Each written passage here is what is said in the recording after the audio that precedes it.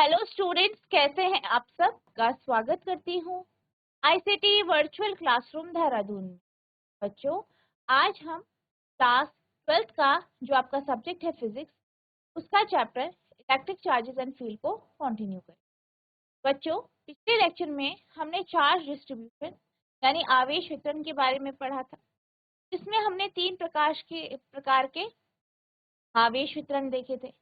पहला था आपका रैखिक आवेश वितरण, लीनियर चार्ज डेंसिटी या रैखिक आवेश घनत्व जिसे आप कहते हैं, तो आप लैम्डा से डिनोट करते हैं। देन हमने पढ़ा था पृष्ठ क्षेत्रफल घनत्व, जिसमें हमने जो आपका पृष्ठ आवेश घनत्व है इसके बारे में समझा था और ये जाना था कि हम इसे सिग्मा से डिनोट करते हैं। नेक्स्ट हमने बात की थी आयतन आवेश घनत्व की, हम रोहो से डिनोट करते हैं। साथ ही साथ हमने गॉस लॉ यानी गॉस के प्रमेय के बारे में पढ़ा था और हमने ये जाना था कि गॉस के प्रमेय के अकॉर्डिंग क्या होता है, आपका फाई ई जो है वो अपॉन एप्सिलॉन नॉट के बराबर, और फाई की वैल्यू क्लोज इंटीजर। आज हम क्या करेंगे, वेरिफिकेशन करेंगे तो का यहाँ पे आप वेरिफिकेशन यहाँ पे देखें। तो मान लेते हैं हमारे पास क्या है, आवेश है कि यहाँ पे ए प्लस क्यू आवेश।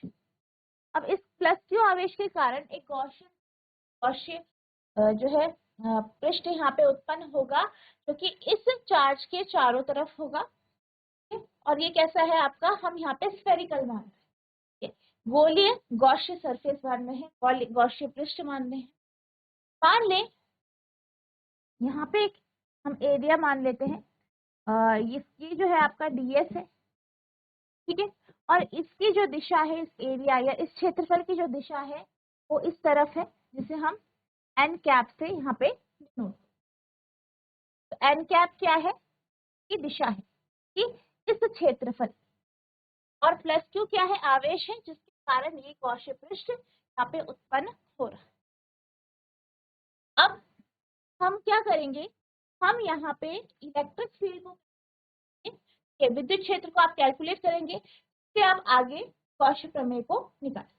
सबसे पहले यहाँ पे थ्योरी लिखेंगे। क्या लिखेंगे, let us consider a charge plus q situated at point O, due to which a spherical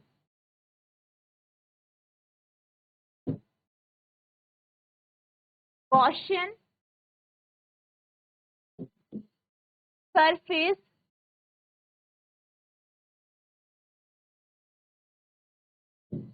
will be produced.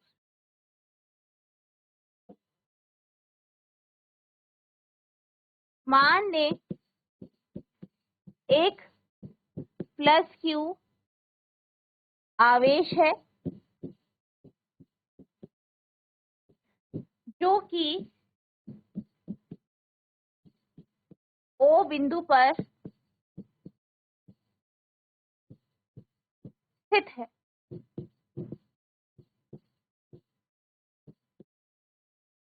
इस आवेश के कारण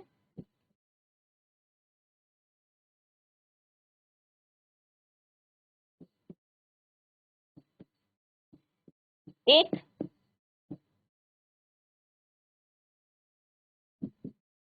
गोलीय गॉसिय पृष्ठ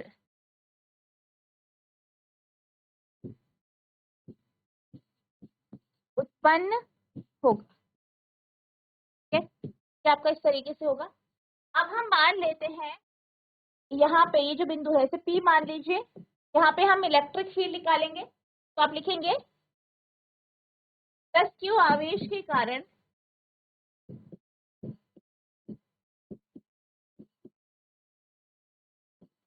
विद्युत क्षेत्र यानी electric field due to plus q charge. क्या होगा, फॉर्मूला क्या होगा, equals to 1/4 pi epsilon naught two upon, हम दूरी को r ले लेते हैं तो ये आपका r² हो जाएगा, ये r हो जाएगा आपकी दूरी, हम r ले लेते हैं, r, ये हमारे पास आ गया। इसी तरीके से अगर हम क्षेत्रफल ds की बात करें, ds वेक्टर की बात करें, तो आपका जो ds वेक्टर होगा वो बराबर होगा ds इंटू एन कैप। यहाँ पे ds क्या है, मैग्नीट्यूड है इस क्षेत्रफल का, और एन कैप क्या है इसकी, ये आपका फर्स्ट इक्वेशन हो गया और ये आपकी सेकेंड इक्वेशन हो गया, सेकेंड समीकरण। अब हमने क्या पढ़ा है, हम जानते हैं, ठीक है, आप क्या जानते हैं कि जो फाई ई होता है वो बराबर होता है ई इंटीग्रेशन ई डी ए, ठीक है। अगर हम इस छोटे से एरिया से फ्लक्स निकाले तो वो कितना होगा, डी फाई, ठीक है। तो यहाँ पे आपका जो फॉर्मूला होगा फ्लक्स का, एक छोटे से एरिया से जो फ्लक्स जा रहा है डी फाई, आप लिखेंगे electric flux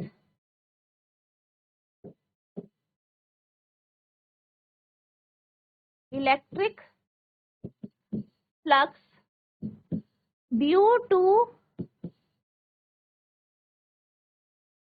plus Q and passing through area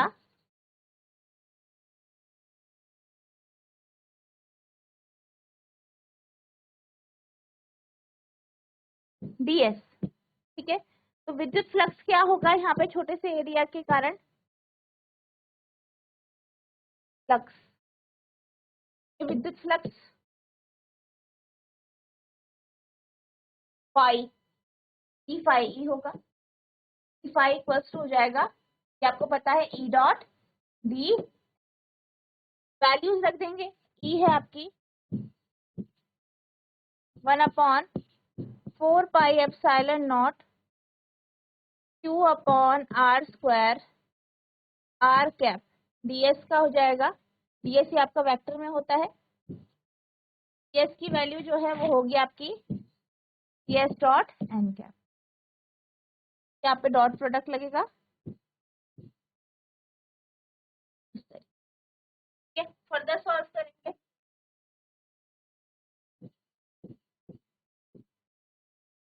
if I equals to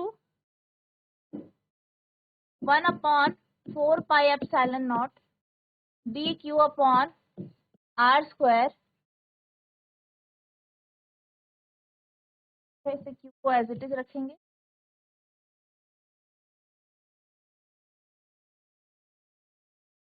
फिर ds है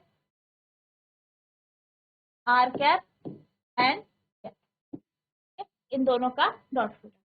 अब हम क्या जानते हैं, यहाँ पे जो r कैप है वो इलेक्ट्रिक फील्ड यानी विद्युत क्षेत्र की दिशा दर्शा रहा है, और n कैप किसे दर्शा रहा है, n कैप जो है एरिया के वेक्टर की दिशा दर्शा, दोनों यूनिट वेक्टर है, ठीक है। तो जब 1 से 1 इंटू होगा तो 1 ही आएगा, तो यहाँ पे आपका r कैप भी 1 है, n कैप भी 1 है, यानी 1 इंटू 1 दोनों यूनिट वेक्टर है, यानी ये 1 आ जाएगा। तो आप लिख सकते हैं d phi equals to 1/4 pi epsilon naught 2 upon r square d S.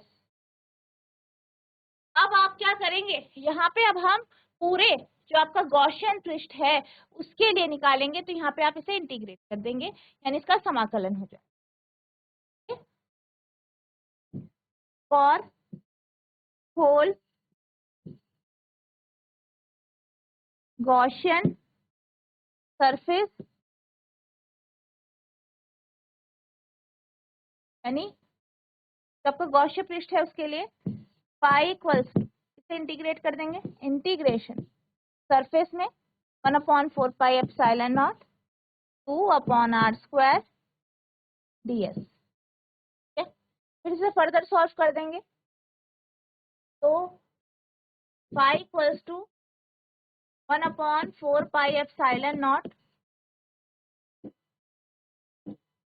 Q upon r square whole integration आपका ds, ठीक है।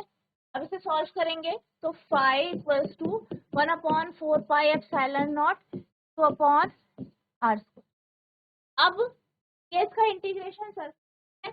अगर हम बात करें, क्या बात करें कि जो आपका यहाँ पे गॉसियन पृष्ठ है वो कैसा है, वो स्फेरिकल है, गोलीय है। गोले के लिए जो आपका पृष्ठ क्षेत्रफल होता है, सरफेस एरिया होता है, क्या होता है 4 पाई r²। यहाँ पे r से r कैंसिल हो जाएगा और 4 पाई से 4 पाई कैंसिल हो जाएगा, तो आपके पास हो जाएगा फाई इक्वल्स टू 2/एप्सिलॉन नॉट। ये आपका क्या आ गया, गॉस प्रमेय, यानी जो है गॉस। तो इस तरीके से आपको इसको जो है डिराइव करना, बहुत इंपॉर्टेंट टॉपिक है, ये पेपर में काफी आता है, नोट करें।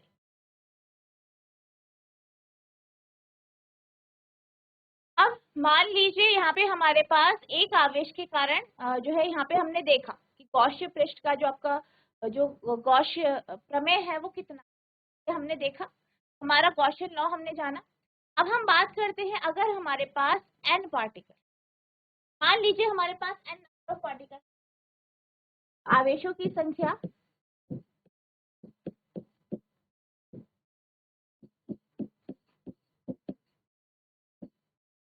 ये है, n है, नंबर ऑफ चार्जेस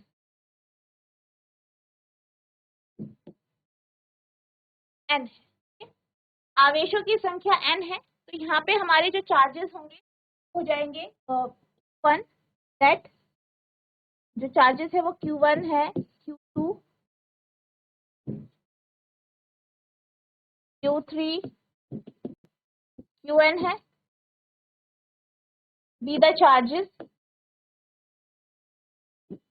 तो यहाँ पे जो आपका टोटल चार्ज हो जाएगा सिस्टम का, हो जाएगा Q1 plus Q plus Q3 plus Q1।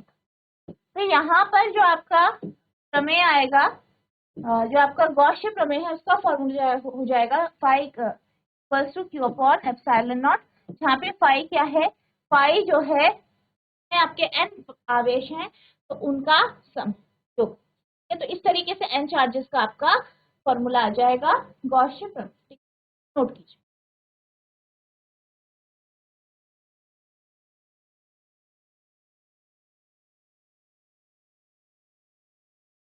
अब हम चलते हैं अगले टॉपिक की ओर। तो आपका अगला टॉपिक है electric field due to infinite charge wire, यानी अनंत अनंत लंबाई के एक समान आवेशित सीधे तार के कारण विद्युत। यहाँ पे हम मान लेते हैं कि हमारे पास एक तार है कि आवेशित, अब यहाँ पे क्या है आपका, मान लीजिए ये पूरी की पूरी कैसी है, पॉजिटिवली चार्ज्ड है,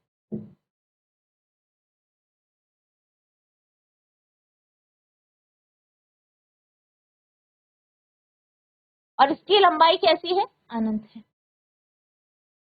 अब यहाँ पे हम 3 पृष्ठ ले लेते हैं, ये पहला पृष्ठ मान लीजिए, दूसरा पृष्ठ मान लीजिए, और ये तीसरा।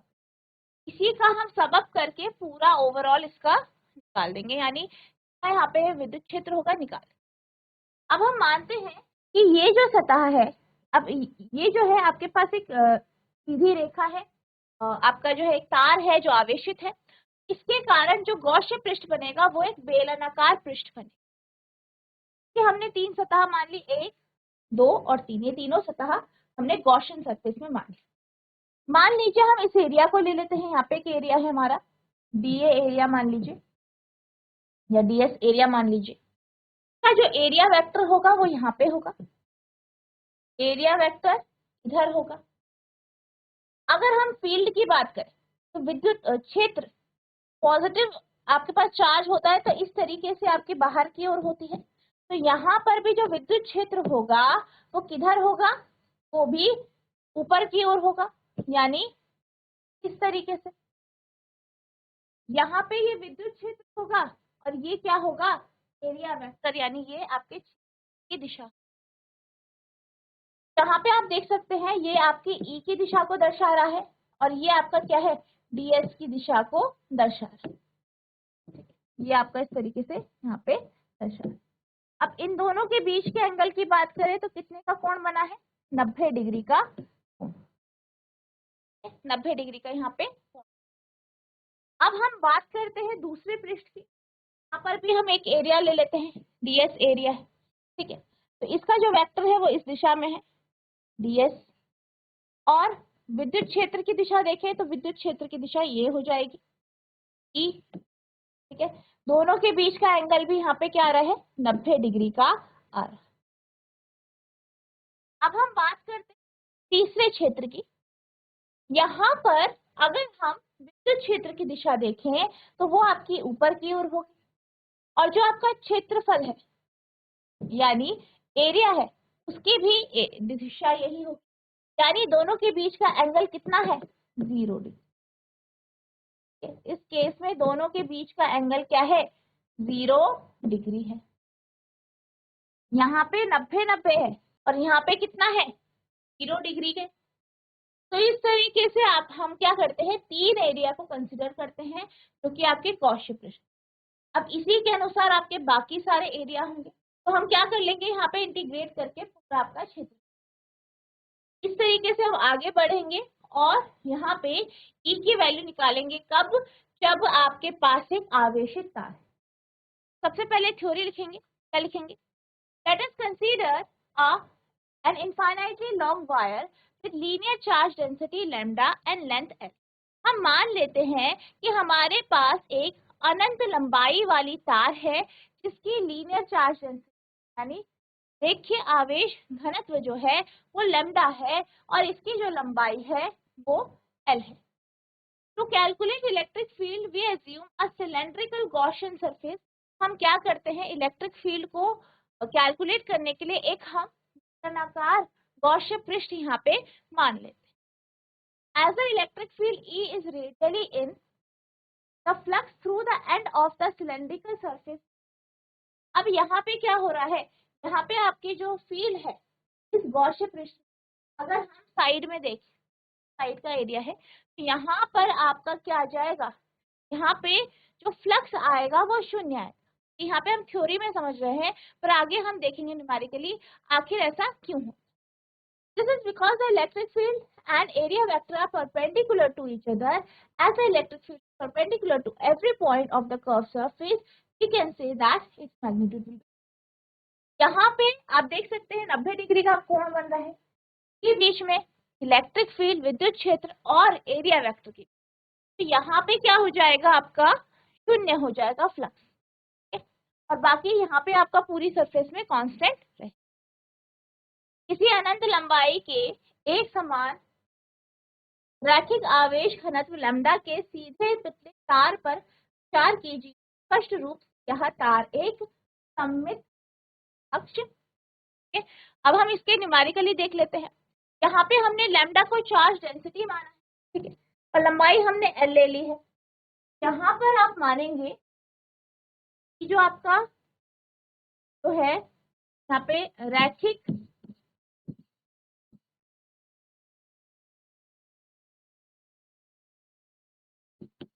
आवेश घनत्व जो होगा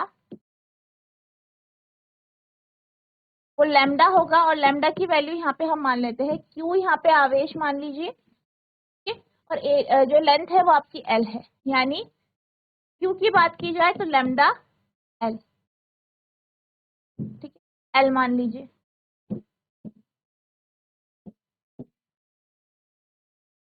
या फर्स्ट इक्वेशन मान लीजिए। अब हमारे पास क्या है, हमें पता है कि जो फ्लक्स होता है, फ्लक्स का फॉर्मूला, इलेक्ट्रिक फ्लक्स का फॉर्मूला क्या होता है, phi equals to q upon epsilon naught. ये नहीं, इसका फॉर्मूला होता है आपका phi equals to integration E dot d s, ठीक है, और फाई और किसके बराबर होता है, क्यू अपॉन एप्सिलॉन नॉट के भी बराबर होता है। तो आप इन दोनों को इक्वेट कर सकते हैं। अब ये तो हमने होल सरफेस के बारे में बात कर रहे हैं, अब हम इसको तीन सतह पे या तीन जो पृष्ठ है उनमें ब्रेक करेंगे। तो आप लिखेंगे close integral S E dot d S will be equals two upon epsilon not. अब इसको ब्रेक कीजिए। क्लोज इंटीग्रल फर्स्ट सरफेस के लिए ई एस कॉस, पहली सतह के लिए कॉस 90, दोनों के बीच का एंगल 90 है, यहाँ 90 आएगा। तो हमने डिस्कस कर लिया है कैसे आया है। सेकेंड सतह के बारे में बात कर लेते हैं। ई डी एस कॉस, यहाँ पे भी 90 है, सेकेंड सतह पे भी थीटा ई और डी एस के बीच में 90 डिग्री। तीसरे में थीटा क्या है 0, तो प्लस क्लोज इंटीग्रल ई डी एस कॉस शून्य हो जाएगा इक्वल्स टू अपॉन एप्सिलॉन। तरीके से अब आप क्या जानते हैं, आप जानते हैं कि कॉस 90 डिग्री क्या हो जाता है, शून्य होता है। और आप क्या जानते हैं, आप जानते हैं कि कॉस शून्य क्या होता है, 1 होता है। ठीक है, तो वैल्यू रख देंगे तो ये हो जाएगा आपका 0 close integral 1 E dot d S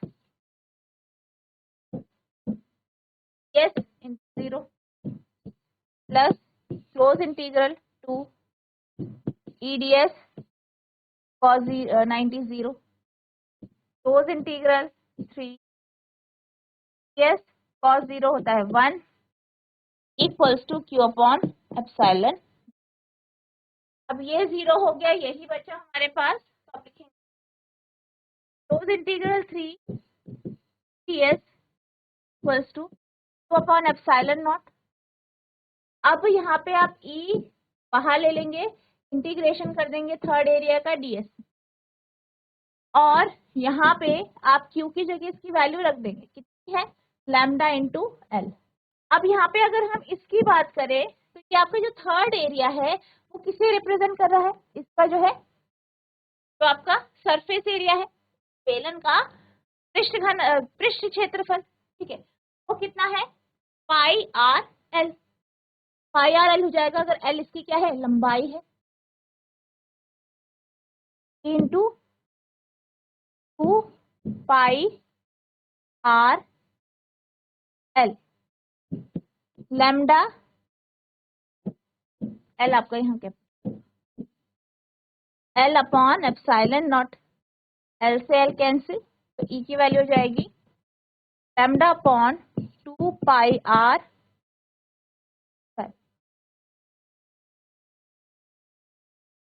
note कीजिए।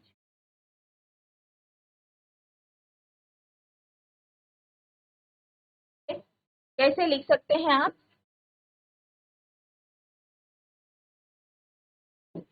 Lambda upon 2 pi epsilon naught r, तो ये आपकी इलेक्ट्रिक फील्ड आ गई। नोट कीजिए। अब हम चलते हैं अगले टॉपिक की। तो अगला जो आपका टॉपिक है वो है electric field due to infinite plane sheet, यानी आवेश अनंत समतल चादर के कारण तुच्छ। तो यहाँ पे हमें क्या करना है, आवेशित चादर लेनी है, उसके कारण जो है तो आपका इलेक्ट्रिक फील्ड है उसको ज्ञात। मान लीजिए हमारे पास एक अनंत लंबाई की चादर है। अब हम क्या करेंगे, यहाँ पर इस चादर का एक छोटा सा एरिया लेंगे, क्षेत्रफल लेंगे, और उसके अलोंग हम क्या करेंगे, यहाँ पे इलेक्ट्रिक फील्ड निकाल। तो हमने एक छोटा सा एरिया ले लिया। अब इसके अलोंग क्या है आपका, यहाँ पे सिलेंडर है।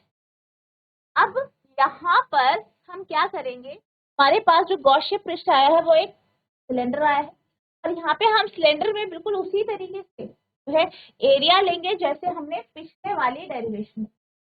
एक आप एरिया इधर का लेंगे, एक इधर का, और एक यहाँ पे। यहाँ पर हम, वहां पे आपका क्या था लीनियर चार्ज था, यानी रैखिक चार्ज था, रैखिक आवेश था, यानी एक डायमेंशन में वहां पे आवेश। तो हमने वहां पे रैखिक आवेश घनत्व को लिया था। यहाँ पर हमारे पास शीट होगी, तो शीट आपकी एक एरिया को, क्षेत्रफल को दर्शा रही है। तो यहाँ पे हमारा जो होगा वो आपका पृष्ठ आवेश घनत्व ले, यानी यहाँ पे आप सिग्मा को लेके आगे सॉल्व करें।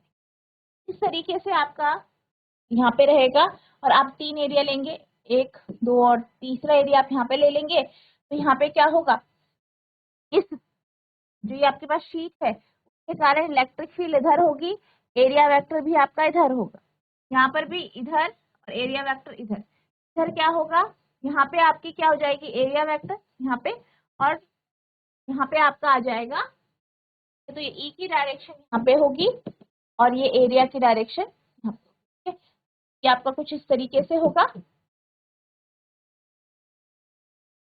एरिया या डीएस ले लेते हैं, डीएस और ई की दिशा आपकी यही हो।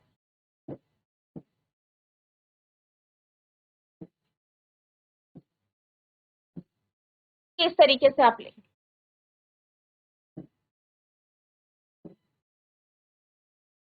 यहाँ पे 90 डिग्री का कोण बनेगा, यहाँ पे दोनों के बीच में 0 डिग्री का कोण है और यहाँ पे दोनों के बीच में 0 डिग्री का। तो इस तरीके से हम इसे सॉल्व करें। तो इस टॉपिक को हम नेक्स्ट लेक्चर में आपके कंटिन्यू करेंगे। तो आई होप जितना आज आपको पढ़ाया गया है समझ में आ गया। तो बच्चों आज हमने वेरिफिकेशन देखा गॉस लॉ का, ठीक है, जो आपका गॉसियन प्रमेय है, गॉसियन प्रमेय है या गॉसियन लॉ है, उसका हमने यहाँ पे वेरिफिकेशन जाना। साथ ही साथ हमने देखा कि अगर हमारे पास एक इनफाइनाइट यानी अनंत लंबाई की एक तार है जो कि आवेशित है, उसके कारण किसी बिंदु पर जो है ई का मान क्या होगा ये हमने निकाला। नेक्स्ट लेक्चर में हम यहाँ पे इनफाइनाइट प्लेन शीट के कॉन्सेप्ट को पढ़ेंगे, साथ ही साथ जो आपके आगे के टॉपिक है उनको हम डिस्कस। तो बच्चों जितना आज आपको पढ़ाया गया है इसे रिवाइज करना है, कोई भी डाउट होगा तो नेक्स्ट लेक्चर में पूछ सकते हैं। तो बच्चों आज के लिए बस इतना ही, मिलते हैं अब नेक्स्ट सेशन में।